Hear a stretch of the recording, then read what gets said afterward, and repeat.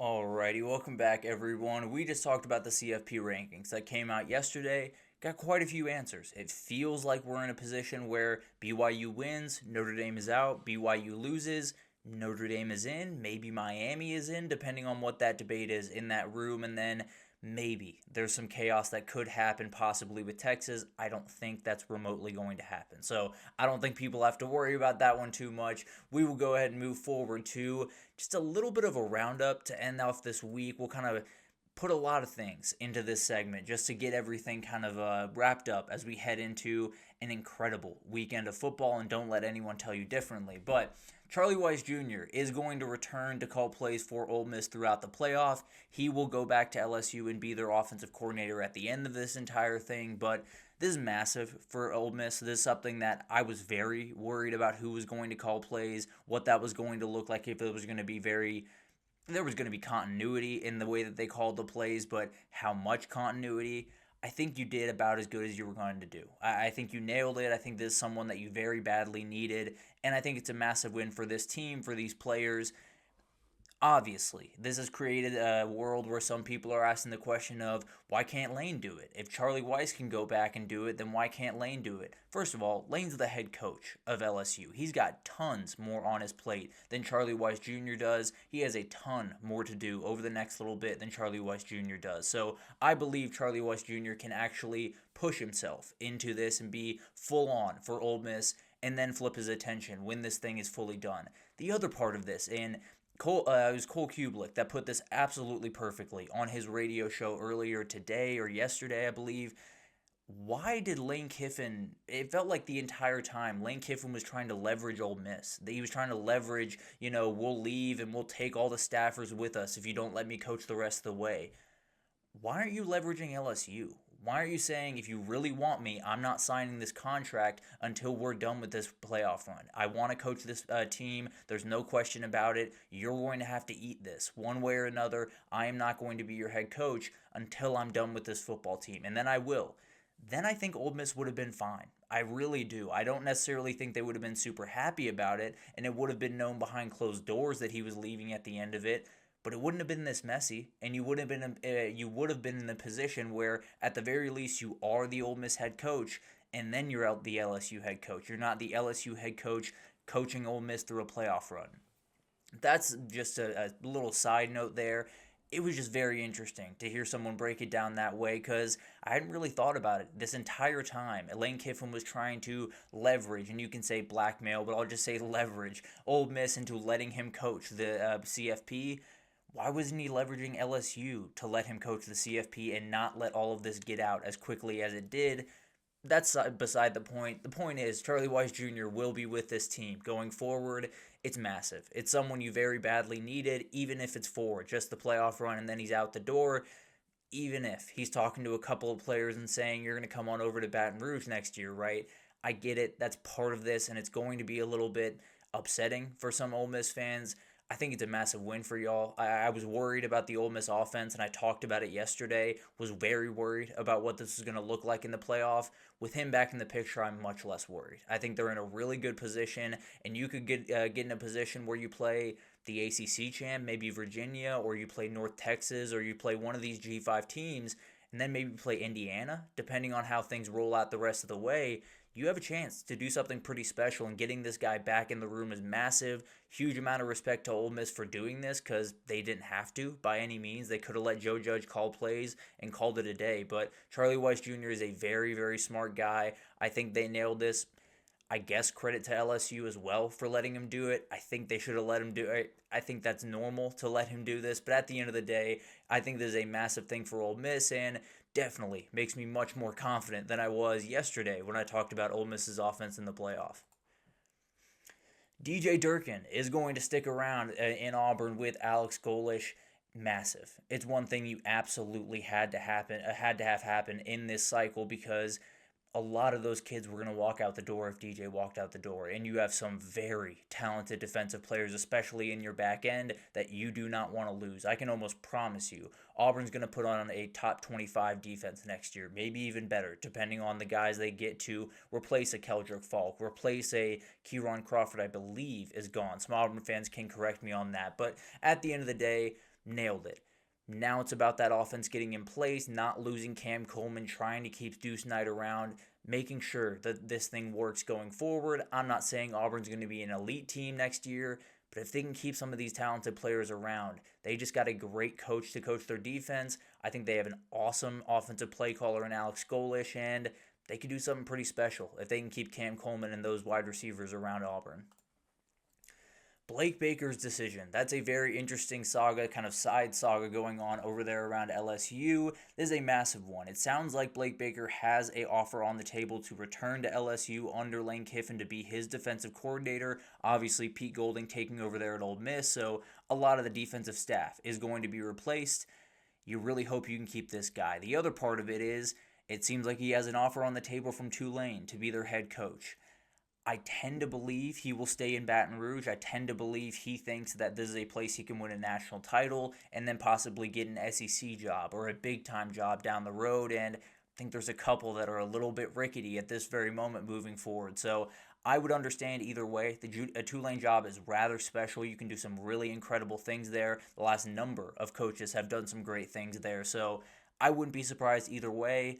I tend to believe he is going to stick around in LSU, and if he does, that's as massive or maybe even bigger than keeping DJ Durkin around for Auburn. Absolutely huge for LSU if you can keep him around. If you can't, they got to go find a defensive coordinator and a very good one to replace this guy. Kentucky has officially hired Will Stein. We talked about it a little bit on Monday, I believe. We broke this down a little bit. Mark Stoops out the door after a really successful time over there at Kentucky. This stuff happened so quickly you didn't really get to appreciate Mark Stoops. Did an incredible job over there a number of different times. The new age of college football kind of got away from him and kind of got away from Kentucky a little bit. And that'll be an interesting thing to watch as they get into this new era. I think Will Stein is incredible. He's impressed me every single year and kind of in a different way every single year. It's not just the development of quarterbacks. It's not just putting his team in position to score a ton of points every single game. The ability to make that offensive line work and work in an incredible way. Obviously, a ton of credit to that overall staff on the offense, but Will Stein's kind of the mastermind behind the entire thing. I think he can do things schematically that can make your program more dangerous than maybe your talent level would have you suggest. That's exactly what Kentucky has to do. And the most important part of this is the staff he builds around him. With every one of these coaches, really, but especially a new head coach, you can't pull quite as many guys. You don't have the pull of like a Dan Lanning going from if he were to leave Oregon and go to Alabama in this hypothetical. He would be able to pull a number of guys, a number of coordinators and position coaches and all of that stuff. When you're an offensive coordinator, you can pull some offensive staffers. You can maybe pull a quarterback coach to be your OC, all of that good stuff, but not nearly as many guys. He's likely going to have to build an entire defensive staff, and we'll get to why here in a second. It's going to be a massively important thing because you are fighting uphill over there at Kentucky. That is going to be a really, really hard job to win consistently at. I think this guy is special enough to do some really cool things, and then we'll see how long-term this is. I know he was a Kentucky fan growing up before he went to Louisville, so a little bit of an interesting dynamic there as we get into this one, but I think he's a very special head coach, and I think he's going to do really fun things over there at Kentucky. Maybe not in 2026 because of that schedule, but beyond, I believe he has a ton of really, really good things to give the Wildcat faithful. Cal has hired Tosh Lupoy. That is why Will Stein will have to replace a lot of the defensive staff. Oregon's going to lose both their coordinators. The Oregon defensive coordinator, Tosh Lupoy, is going to Cal. Makes sense. He's a Cal alum, used to play there, and I think they nailed it. I think this is the absolute perfect hire in so many different ways. Another part of this is I don't think JKS is going anywhere. Everyone's talked about where JKS is going, if he's going to, one of the big-time schools, how much he's going to get paid, all of this type of stuff. He'll have offers. There's no doubt about that. He probably already has offers. There's no doubt about that. But I think he loves Cal. He was committed to Cal before he went to Oregon. I think he realized he made a little bit of a mistake pulling that trigger on Oregon that quickly. He went back to Cal, and he loves it. And especially if Tosh Lupoy can hold on to Nick Rolovich and Brian Harsin, I think JKS wants to be there. So I think this Cal job is one that you flip a couple of switches in the right direction, you can do some really interesting things. And in the ACC, that going into next year, can anyone tell me who the favorite in the ACC is? I'm not saying Cal's going to go on a title run. I'm not saying Cal's going to go on a CFP run in year one under Tosh Lupoy. I'm just saying there's an opening there, especially if you keep that quarterback around and you keep those two offensive-minded guys around. And Penn State, let's go ahead and get into this. It's bad. It's really, really bad. Kalani Sitake is going to stick around in BYU. If you didn't see that, figured I'd just talk about it here. He has signed a big time extension with them. Sounds like everyone got involved over there, and I truly do mean everyone all the way up to the church. It was a big time effort to keep that guy in Provo, and they have done that. There's a couple of things that are happening here, and first of all, I do want to get this out of the way. They fired James Franklin really early. They did it to get a jump on this coaching search, and now you're last in line. Period. End of story. There's no real good way to spin that.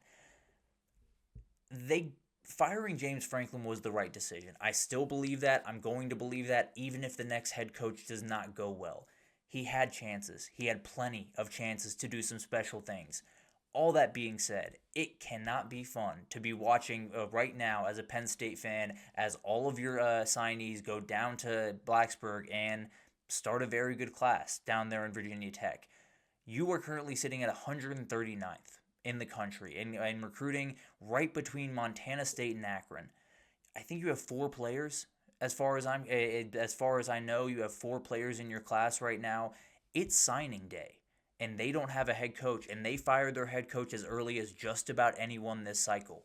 How? How do you mess this up this poorly? And it's not to say that they were always going to get the first guy, or if they didn't get the first guy, this thing was going to be a disaster. This thing is a disaster for a million different reasons, and there were 10 different guys that they didn't get that they probably should have gotten, or at the very least should have known that they weren't going to get. So the way I like to break this down is this.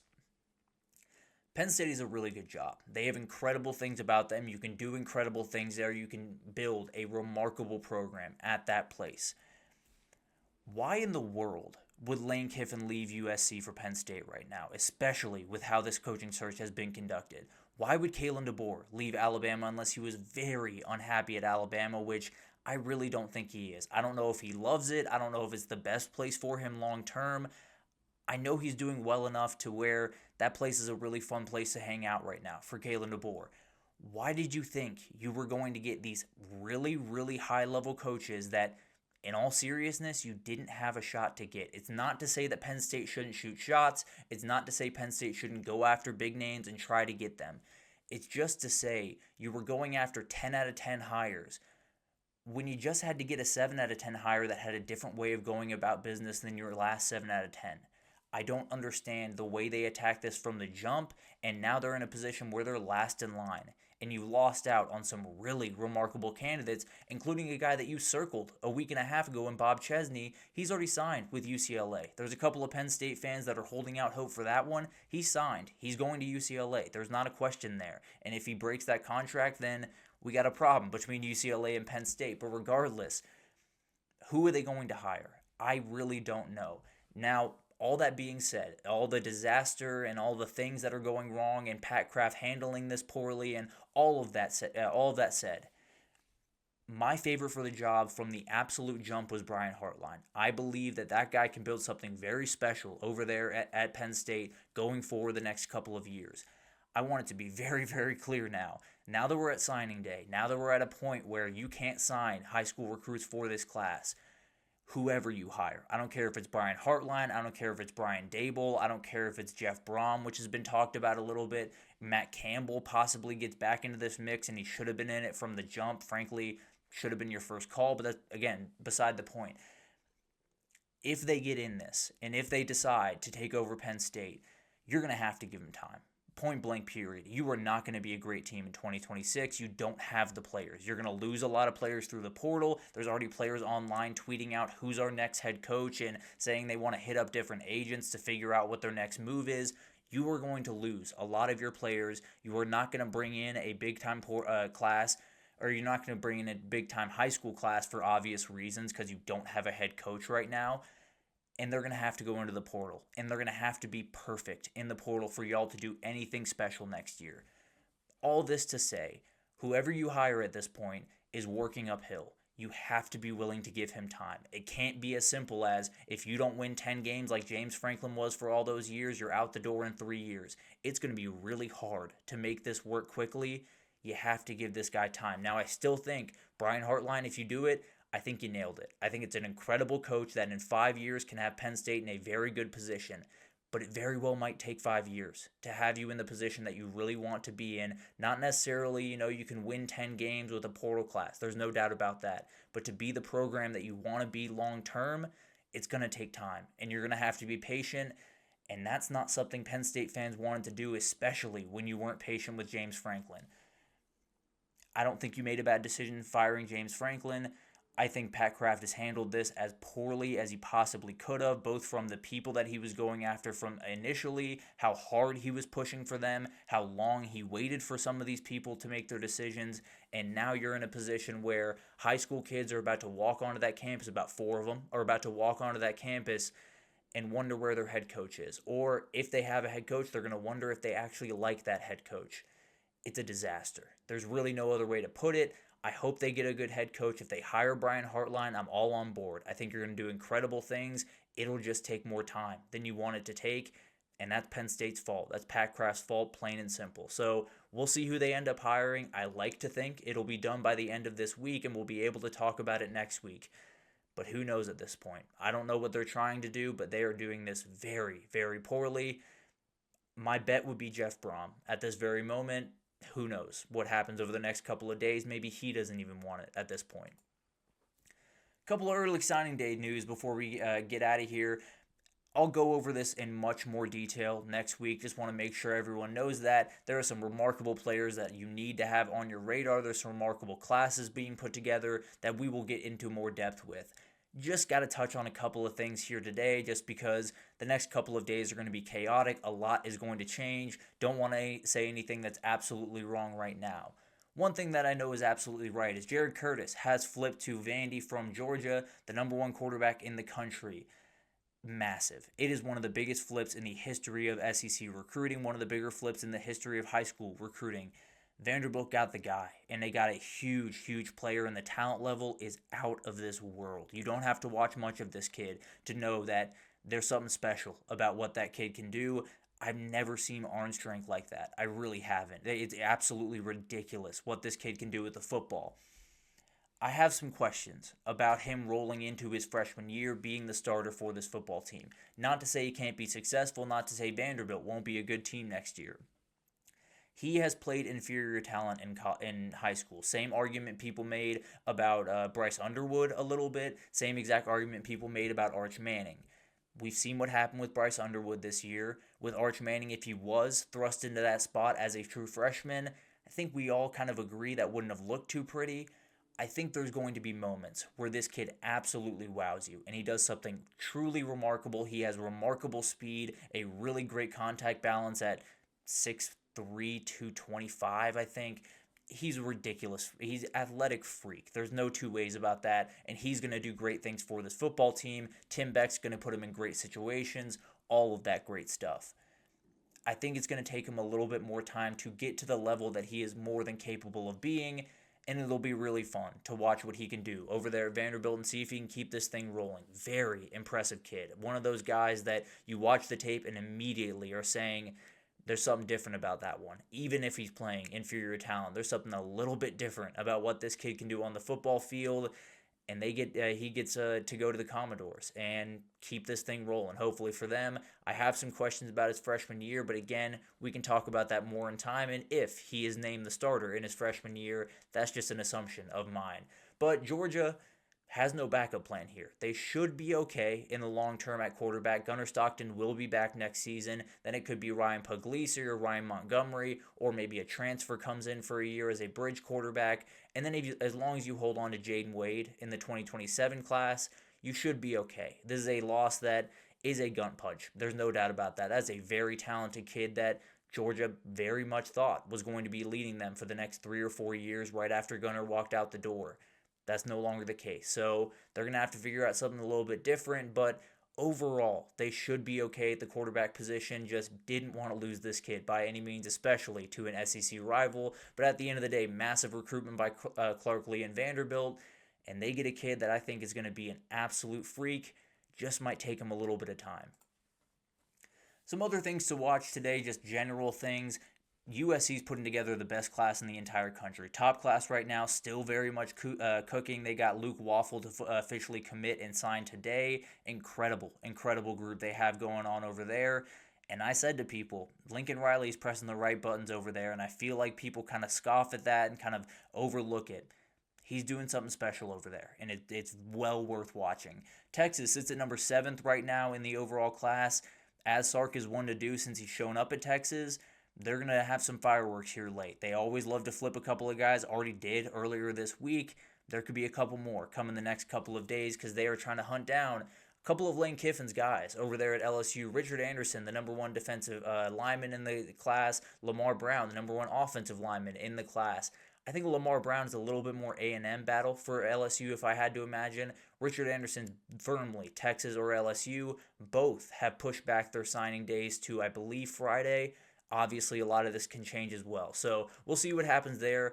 If Richard Anderson and Lamar Brown stay with LSU, you have a great class. There's no doubt about that. Won't be downright elite, but with the coaching change, that's totally normal. If you keep those two guys, I think you're in great shape. And obviously, you have a portal class coming in that will be downright incredible. For Texas, I think they got a really good class right now. A couple more ads would be very important, but again, a team that is going to lean into the portal probably more this offseason than they ever have under Sark, and we'll see what it looks like on January 20th when all of this is over and you probably have your roster going into next season. But overall, we'll talk about this much more detail next week. We'll get into some guys to watch, my favorite signees, some classes that I think are incredible, some underrated classes, all of that good stuff we will get into next week. But just some overarching things to watch as we get into what is always a crazy couple of days around the world of college football. And then we got some best bets. Let's finish it off here with 5 best bets. Let's just try to go over 500. Let's throw three for 5 here. Let's go 3-2 in these 5 games, and I'll do it. I'm gonna do Georgia minus 2.5 over Alabama.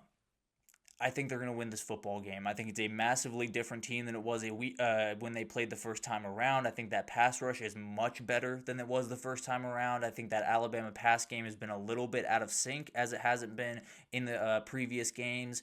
And I think that Georgia run game is just at a higher level. If Drew Bobo is on that football field, I have no question about it. If Drew Bobo is not, I have some more questions, but I still think Georgia is able to get this one done, win by at least a field goal down there in Atlanta, and avenge one of those big losses from this season. Ohio State minus 4 against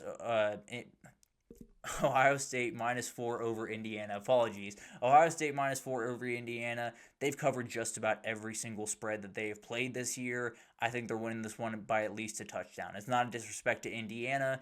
It's just one of those things. If you see a line that short with an Ohio State team like this one, I'm going to go ahead and take it. Duke and Virginia, over 57.5. I just think these teams are going to get after each other pretty good. I think the Duke run defense is not going to have a great day. I think Virginia is going to do enough to slow down the Duke run game. Can they slow down Darian Mensah enough is a big-time question mark for me. I think we could have a 31-28 type football game here. Can't exactly remember what I picked yesterday. I think it was 31-24. Let's kick that up a couple of points to 31-28, and I think it's going to be a very fun game, back and forth, up and down that football field. I'll take Ohio State, Indiana under 47.5, so I'll double up on that football game. I think it's just going to be a little bit of a rock fight. I think Ohio State's going to play the possession game the way they have all year. I think they jump out to a relatively early lead, and I don't want to say sit on the ball, but at least play this thing a little bit more conservatively as they head to a finish line. I think they win this one by maybe about 7 points, and they handle business 27-17 is what I had last time or yesterday. Feel like that's roughly about right. And then I'm going to take James Madison. I think James Madison's a little bit angry right now. I think they have a little bit of juice in them.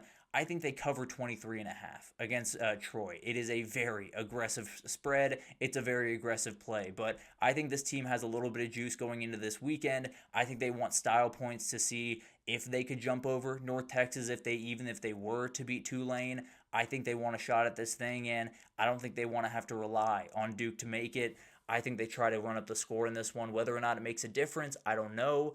But I do think James Madison covers that 23.5 spread against Troy. But an incredible weekend ahead. We have so much awesome football that is going to happen. And before we get out of here, there's a number of people throughout this week, in the next couple of days, and leading up into this weekend and on Saturday. They're going to tell you that these games don't matter. They're going to tell you that these games are not important. Obviously, Ohio State, Indiana probably both getting a bye. Alabama, Georgia probably both in regardless of what happens in that game. I get all that. Walk into any of those football facilities around the country, whether it's Texas Tech or BYU or Ohio State or Indiana or Georgia or Alabama, and tell them that this game doesn't matter. You might get hit in the face. These guys really care about this stuff. These guys are competitors. They want to be lifting that SEC trophy. They want to be lifting that Big 10, Big 12, ACC trophy. They want this. They really do. Ohio State hasn't been at the top of the Big 10 in quite some time.